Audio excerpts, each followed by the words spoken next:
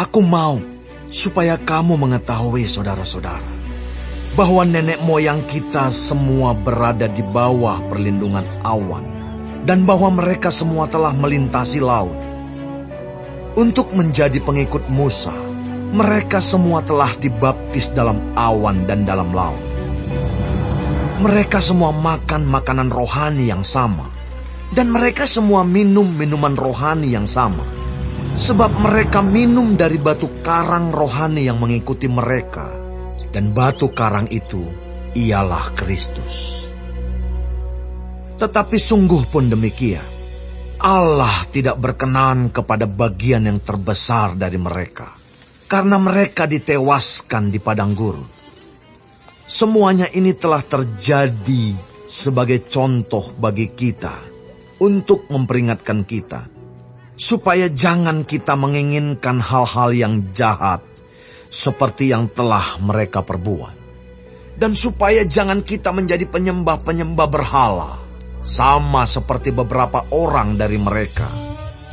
Seperti ada tertulis, maka duduklah bangsa itu untuk makan dan minum. Kemudian bangunlah mereka dan bersukaria. Janganlah kita melakukan percabulan, seperti yang dilakukan oleh beberapa orang dari mereka, sehingga pada satu hari telah tewas 23.000 orang. Dan janganlah kita mencobai Tuhan, seperti yang dilakukan oleh beberapa orang dari mereka, sehingga mereka mati dipagut ular. Dan janganlah bersungut-sungut, seperti yang dilakukan oleh beberapa orang dari mereka, sehingga mereka dibinasakan oleh malaikat maut. Semuanya ini telah menimpa mereka sebagai contoh, dan dituliskan untuk menjadi peringatan bagi kita yang hidup pada waktu di mana zaman akhir telah tiba. Sebab itu siapa yang menyangka bahwa ia teguh berdiri, hati-hatilah supaya ia jangan jatuh.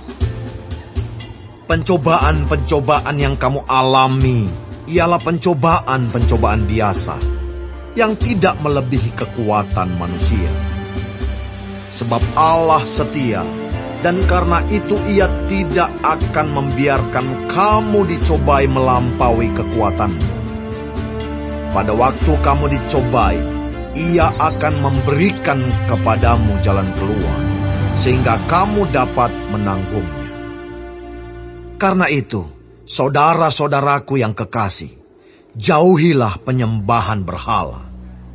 Aku berbicara kepadamu sebagai orang-orang yang bijaksana. Pertimbangkanlah sendiri apa yang aku katakan. Bukankah cawan pengucapan syukur yang atasnya kita ucapkan syukur adalah persekutuan dengan darah Kristus? Bukankah roti yang kita pecah-pecahkan adalah persekutuan dengan tubuh Kristus? Karena roti adalah satu, maka kita, sekalipun banyak, adalah satu tubuh. Karena kita semua mendapat bagian dalam roti yang satu itu. Perhatikanlah bangsa Israel menurut daging.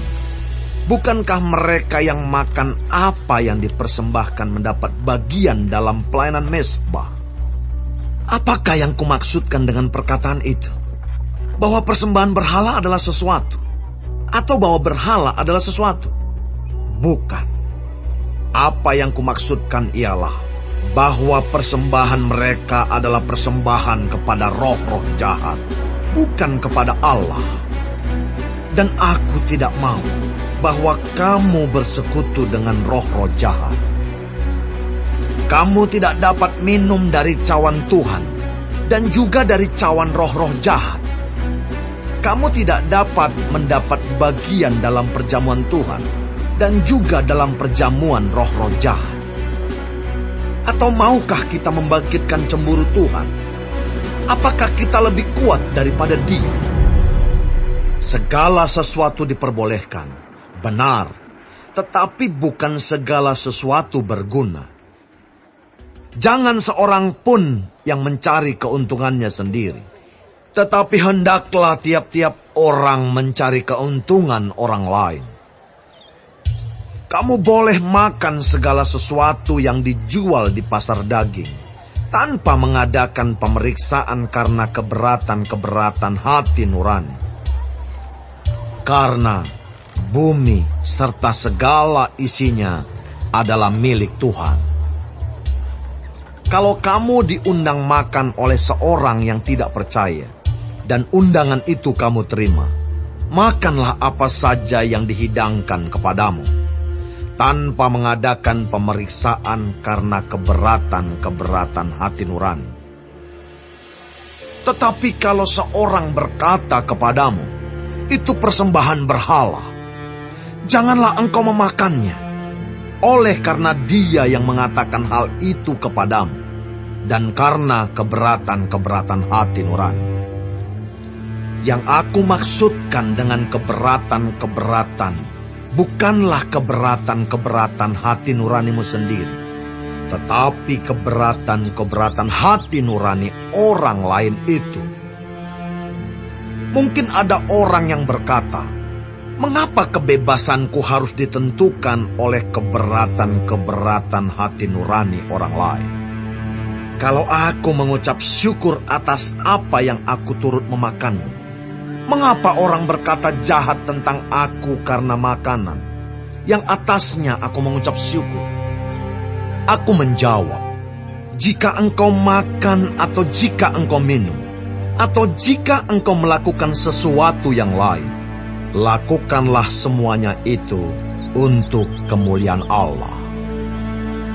Janganlah kamu menimbulkan syak dalam hati orang, baik orang Yahudi atau orang Yunani, maupun jemaat Allah.